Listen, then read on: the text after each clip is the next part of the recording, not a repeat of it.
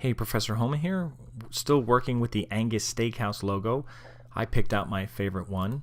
That was this one here, without all those strokes on them. And part of the reason I did pick it is because it was kind of modern looking. It looked well at small sizes.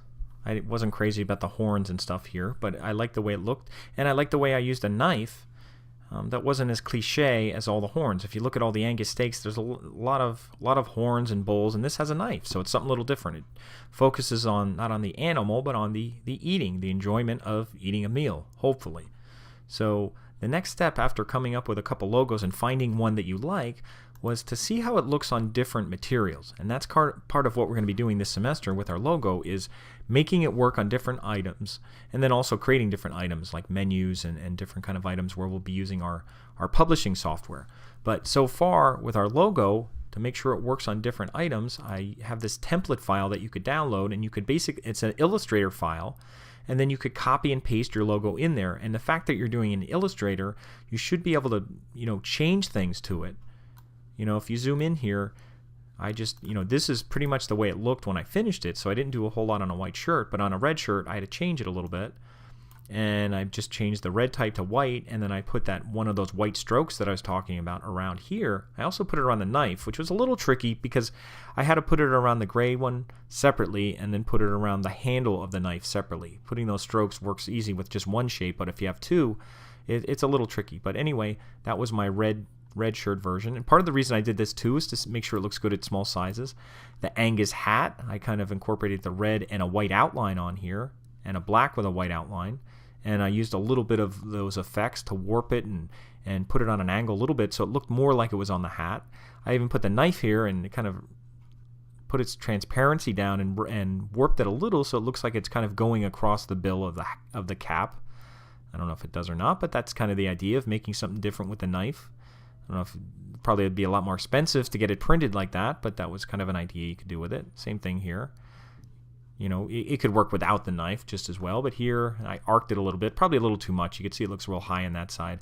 But I arced it a little and put it on an angle to see how it looked, and it definitely looks better with the white type.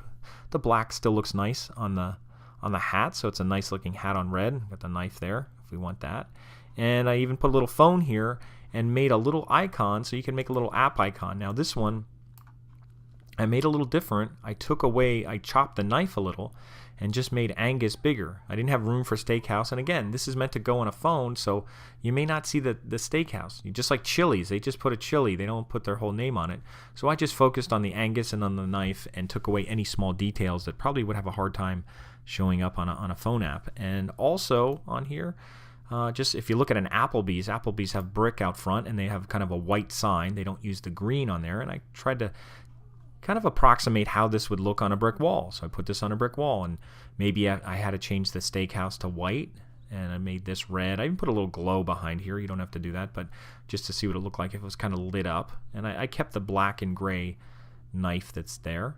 And that's the idea of this, is kind of taking our logo idea, and again, it's just practice. This isn't the logo we're going to do, although it's good practice to work with this. Take this custom logo that we came up with and try it on different elements. That's making you very flexible as a designer. It's making you think about how it's going to work on different kind of materials, different kind of formats, different kind of sizes.